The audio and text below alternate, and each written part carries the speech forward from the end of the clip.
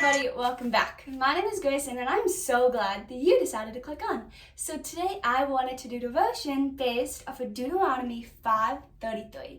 And it says, walk in obedience to all that the Lord your God has commanded you, so that you may live and prosper and prolong your days in the land of your possessions. So this verse is so beautiful because God calls us to be obedient. And I don't know about you, but when I hear obedient, so many times let the enemy whisper these lies about obedience to God. That so many times I let the evil one to let me perceive that being obedient to God means following these list of rules. It means, okay, you gotta follow this, gotta follow this, gotta follow this, and if you mess up, you're done. Like God's done. He's gonna walk away. That so many times that's how I view obedience with God. But the reality is, God calls us to be obedient not based on this huge set of rules, but God calls us to be obedient by trusting, by hearing, by listening, by pursuing, by submitting ourselves to Him.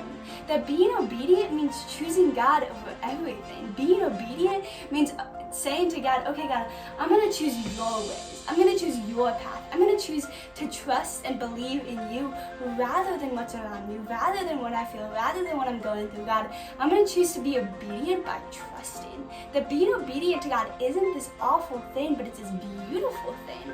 Because when we begin to be obedient, He begins to move. When we begin to say, God, I trust in you. Allow your ways to be true, God. Let me no longer listen to the enemy and listen to that lies, but allow me to pursue you, Lord. Allow your voice of obedience to be louder.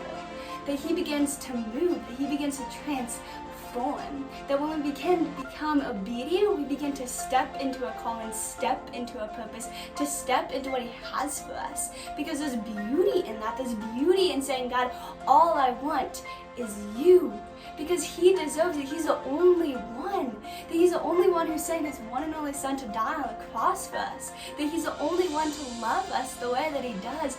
And in response, we're called to be obedient, to trust and say, God, okay, God, allow me to be obedient. And the amazing thing is that God calls us to ask Him to help us be obedient. Because it's through reading the Bible, it's through pursuing. That's how we gain obedience. So God, I ask you guys, let's be obedient in what God has for us. Let's be obedient in what He has to say. Let's be obedient in the ways that we walk with Him and that we walk in our calling and purpose.